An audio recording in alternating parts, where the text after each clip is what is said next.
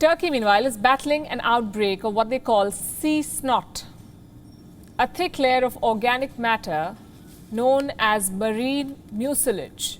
It has blanketed the country's harbours, shorelines and large swathes of seawater. It is killing marine life and the livelihood of thousands of fishermen. What's behind this outbreak? What is the Turkish government doing to contain it? And how has this become a political battle for Erdogan? Here's a report. Situated on the crossroads of Europe and Asia is the Sea of Marmara. Measuring 280 kilometers in length, it is the smallest sea in the world. Right now, it's also one of the most polluted. What you see is a thick layer of organic matter known as marine mucilage or sea snot. It looks and feels like a sponge, but it can suffocate life on the seabed. The Sea of Marmara has been plagued by the slimy sludge. Harbours, shorelines and swathes of seawater have been blanketed under the sticky greyish substance.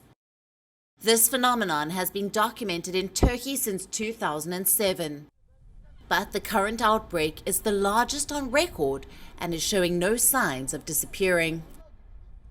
Turkish fishermen have been trying to remove it with nets. Their efforts have so far proven ineffective.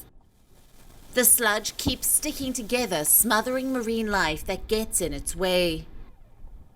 Of course, this affects our work. Look at the mussels and the sea snails. It kills everything.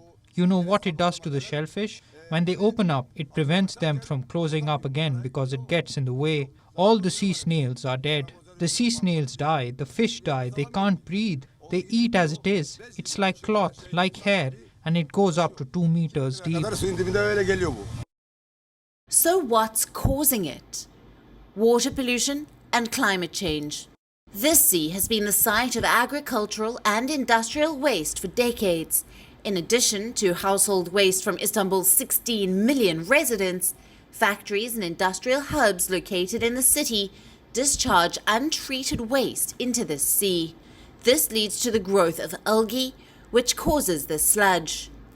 The overload occurs when the algae feasts on warm weather caused by global warming and poisons sea life, besides choking the supply of oxygen.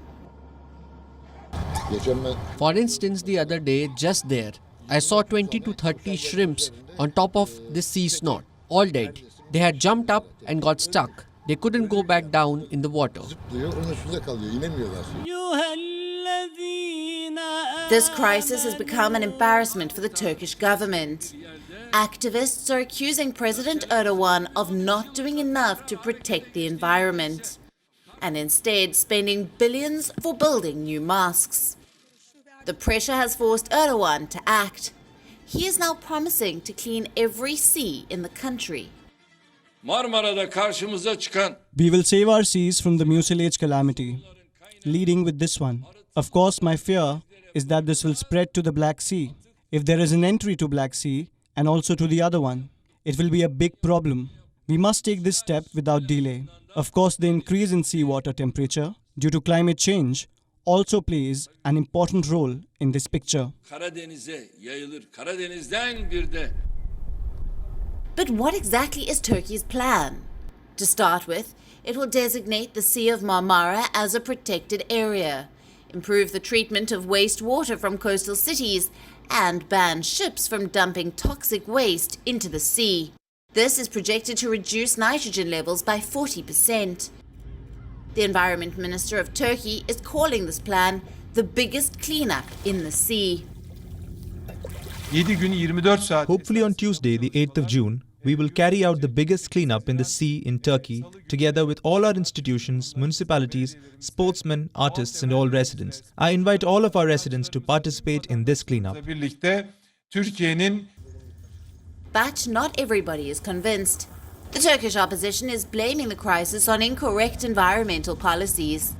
It is pushing for an investigation into the government's response and penalties on industries that haven't been following rules. The demands make sense because unless accountability is fixed, the cleanup may yield only short-term results. Bureau Report, WION World is One. WION is now available in your country. Download the app now and get all the news on the move.